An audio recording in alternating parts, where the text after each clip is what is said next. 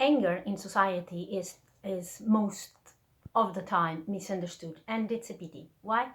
Because anger, it's a mechanism that allows us to access to our power again. When our boundaries are being crossed, when we are being harmed, it it generates that anger that is a self-preservation mechanism. Okay, it's our immune system.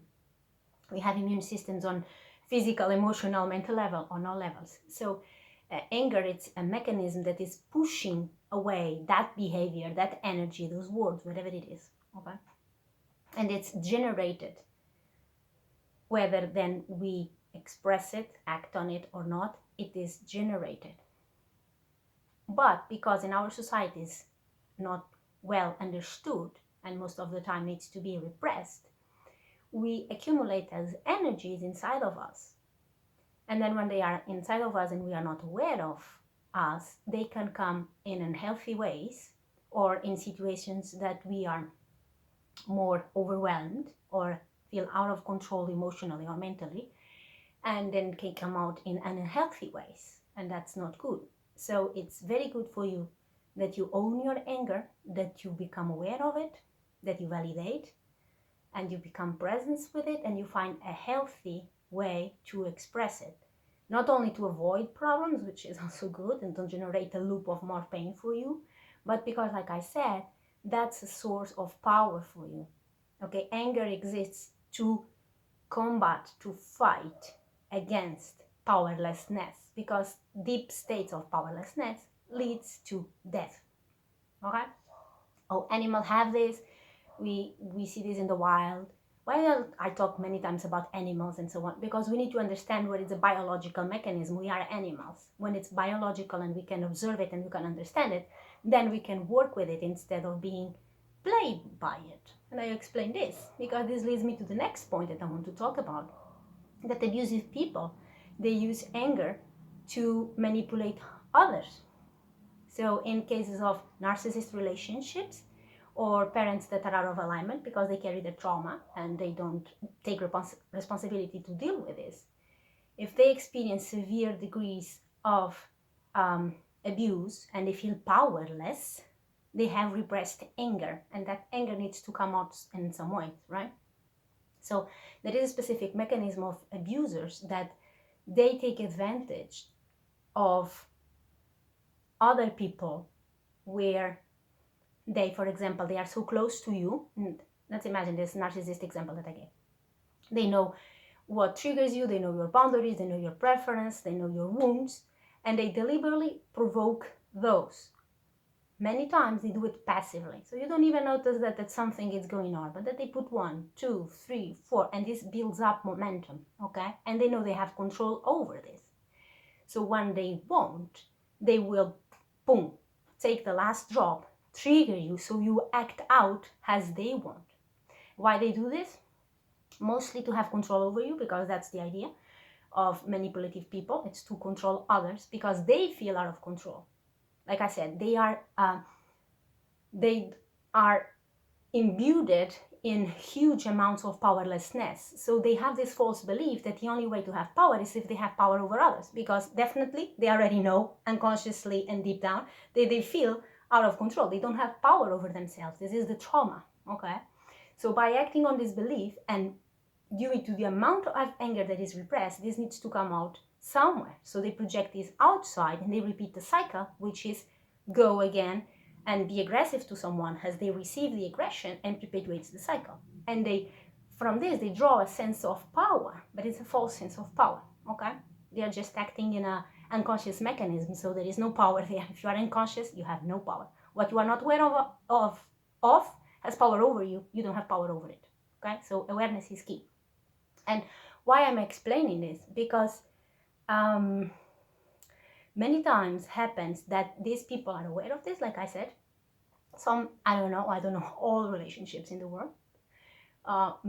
Some people can do this unconscious, right? They don't mean to harm. Like, for example, a parent that carries a lot of trauma and then they do this and they lash out when they lose patience. Like, I have helped some parents deal with their anger because they felt bad that when they were like more stressed or more overwhelmed, they will lose their patience with their children, and instead of just guide them, maybe they will scream at them or call them out, right? So, and then they will feel bad. And this is not their intention. It's not to hurt or to manipulate the child. It's just because they are carrying that repressed anger that they didn't work with before.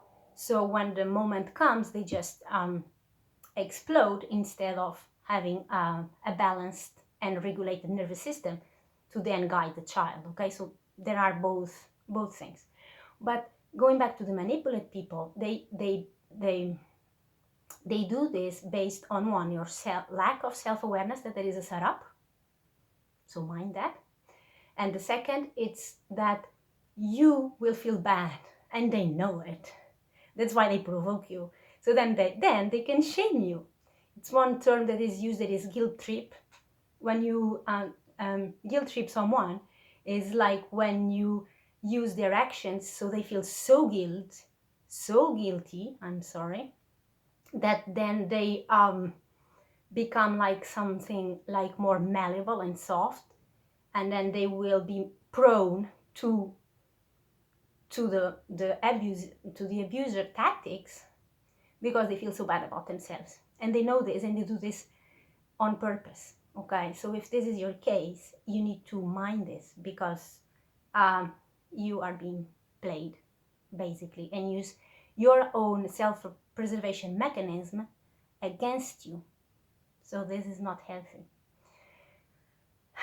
and it will be useful to become aware. Okay, there are two types of people here that are very susceptible to this. One is children, like I said, because we, as children, we all are born vulnerable. We are not born powerless. Okay, we are born vulnerable, which this vulnerability in the presence of people that are trapped in powerlessness, it will create abuse, and then by creating abuse, it will create a sense of powerlessness in us, because we are dependent on them. But the child, it's born naturally, as we always are until we break the false beliefs, powerful. Okay, we are always worthy, powerful, and loved, and so things. But through the human experience, through the process of socialization, and by the way that we are parent,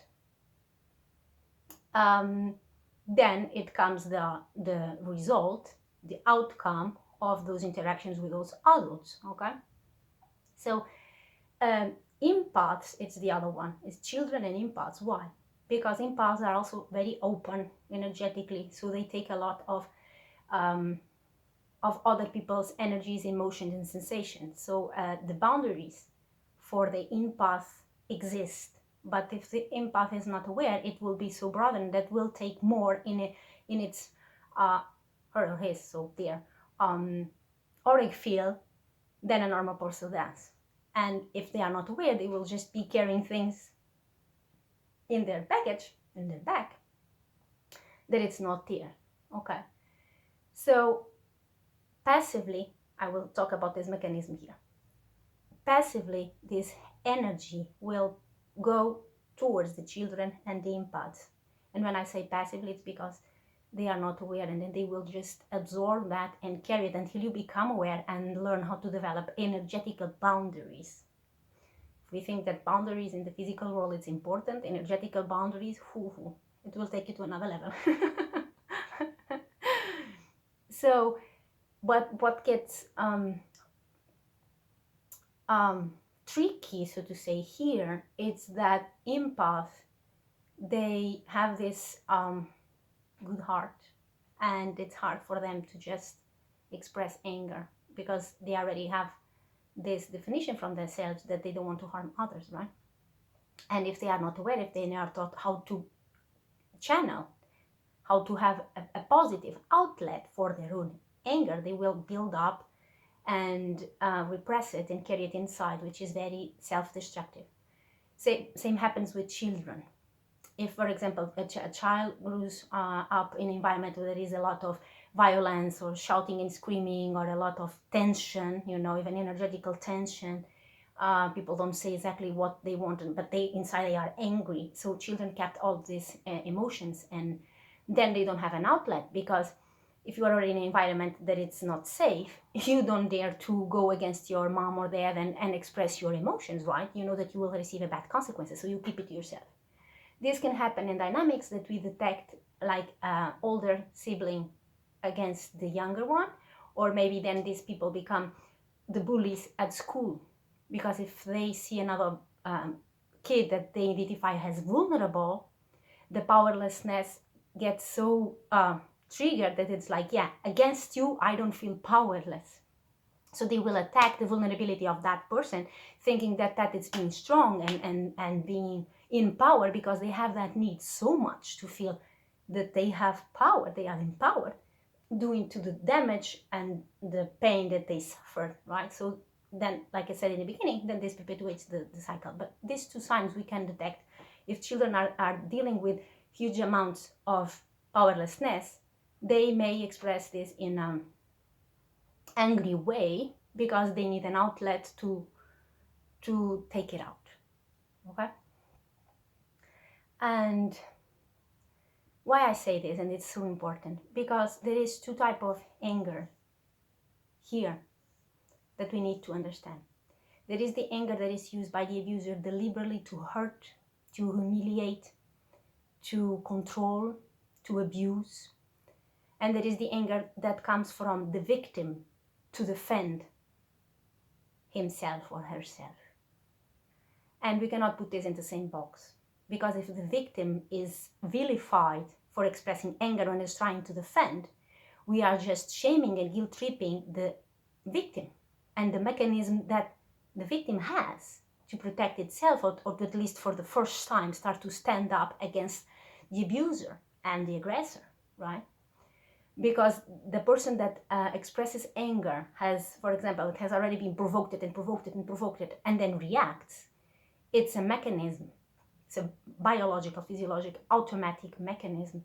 And he's doing this with the attempt to defend, not to attack, not to hurt, but to defend his own well-being, his own rights, his own boundaries. Whereas the abuser is doing that to hurt, to attack, to manipulate. And what happens if you are watching this and you suffer this type of treatment, you are on the end of the stick that you suffer the abuse, you will feel so bad about yourself doing this. The others don't feel bad. They do it on purpose, okay? That you will try to make amends when it's not your role to make amends. You will be played and not knowing, because your guilt will take over so much that you will have a sense of, because this is gaslighting. If you don't know what it is, you can watch that video. And also it will benefit to watch the video about fight that I made if you want to express anger in a healthy way. And the meditation one, if you want to find how to connect with your emotions, with your body, and find validation for your emotions. Okay, start to at least become aware what it's going inside the house. So that being said, this will be used against you. Okay, I will just give an example of my personal experience because this may help you. I had this mechanism, like someone was doing something to me like 7, 8, 9 times, and me always keeping it cool, keep it calm, keep it cool. One, because I don't want to react like that. It's not my character. And I would feel out of control if I would act like the other person wants, because they are already provoking me, okay? So that was my mechanism first. Then I needed to learn the step 2 and the step 3. Why? Because I learned that this anger was built up on purpose based on the mechanism that they knew that I didn't want to lash out, I didn't want to attack, that I will feel bad, act out, sorry. I will feel bad if I go and hurt someone. And at point 3, if I actually did that, then they will, you see, you also do that. You see, you do this. Like, for example, I have my sister pulling my hair, like when I was a child, like a lot, watching TV, pulling the hair, doing something, pulling the hair. And I would tell her, don't do that to me. Don't do that to me. I don't want to do. And then at some point I would snap and I would go and push her and pull her hair. And then she would like make me feel bad and cry a lot and say that I hurt me and I'm a really bad person, like completely, put me down. I was just a child. So and then I was feeling like really bad. Oh my God, I hurt her. Why did I do this? Blah, blah, blah. I feel really bad. And then now I look at that and it's like, yeah, she pulled my hair like 8 times, made me react. And then when I react, she, guilt tripped me.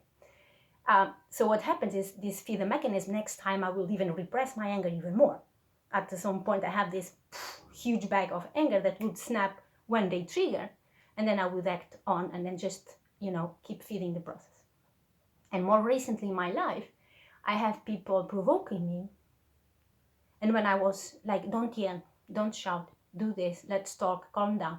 And they'll so much scream, so much shout, so much like provocations or threats that at some point I would be the one lashing out. And I noticed this because they start to see the pattern. Then at some point I was like out of control, like screaming and blah blah and arguing, and they were just like zero engaged emotionally or even play. Why are you so or talking? Can you calm down? Like trying to take on the role that I was doing before, but exaggerated with no emotional engagement. It's like all fake. And I'm like, why is this happening? Like, we were just fighting right now, and now me here completely crazy, having an outburst, and you are just there, like if it was nothing. So of course I start to notice these things, right? And now psychically I know, because the more I heal, the more my psychic abilities expand. So I know that some occasions this was even recorded to then show people, you see, this is how she behaves. You see, this is how she talks to me. You see, this is how she treats blah, blah, to then be able to scapegoat me using the setup of my repressed anger that was based on a guilt trip and gaslighting mechanism. So this gets really complicated, but don't think that it's, oh my God, this is a story. No, every narcissist, this is narcissism 101. Period. So if you are in the middle of this, if you think you are a person that you feel like sometimes I don't know what's going on with me, I'm out of control, or I feel bad, or that I do this, sometimes I have these rages, I don't know. Before you start to think that you are a problem or you have a problem, start to check your environment and the people that you have around you to see if you can detect a pattern, okay? Don't, like, I'm not saying this, don't, take yourself out of the equation, take responsibility for it, but take responsibility from the perspective of truth, not the perspective of, oh my God, I'm such a bad person, because you are not. But you need to take responsibility for it and hold yourself accountable. That's why I'm saying learn how to become aware if you are triggered or not, if you hold anger inside of you repressed or not.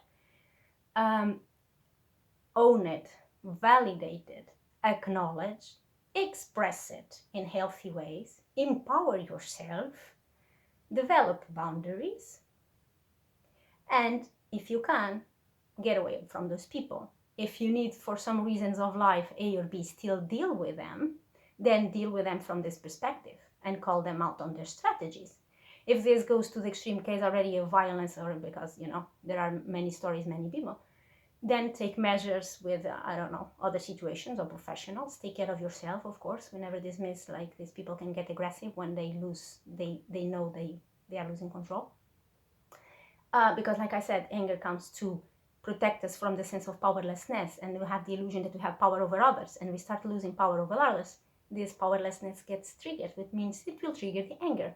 So always protect yourself. Make sure that you are safe when you are setting those boundaries, and you can handle the situation, because they can feel that your boundaries are a provocation to them, okay? So this is not to instill fear, it's just be smart, be safe, act, okay? So this is my advice. The other thing, I'm sorry, I need to check my notes. I know, my videos have this. I hope the viewers don't mind.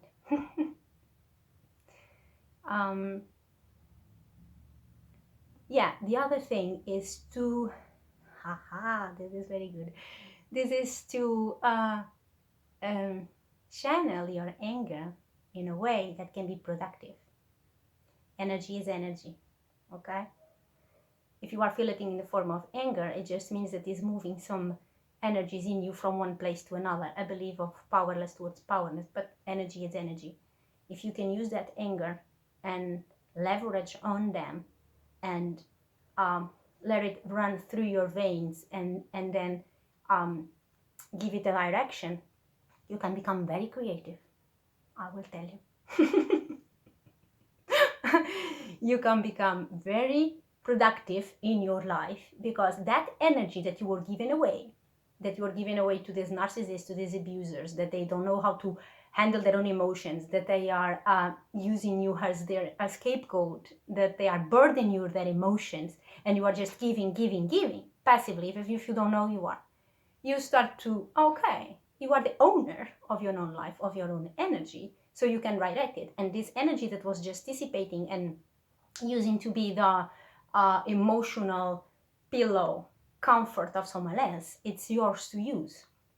So if you think you could manage your life now, imagine how you can do it after on your own, with so much energy available that you are not wasting on soothing anyone else's egos or tantrums or emotional immaturity, because this is what a narcissist is. They are so emotionally immature, they don't know how to regulate themselves, so they need to use others, and because they don't trust they can ask for their needs to be met, because that's their trauma in the first place, they will manipulate. So they believe that in manipulating people they get what they want, and then they get this sense of power. Okay, so I think I have explained the mechanism pretty well. I will leave it here. And as always, be kind to yourself.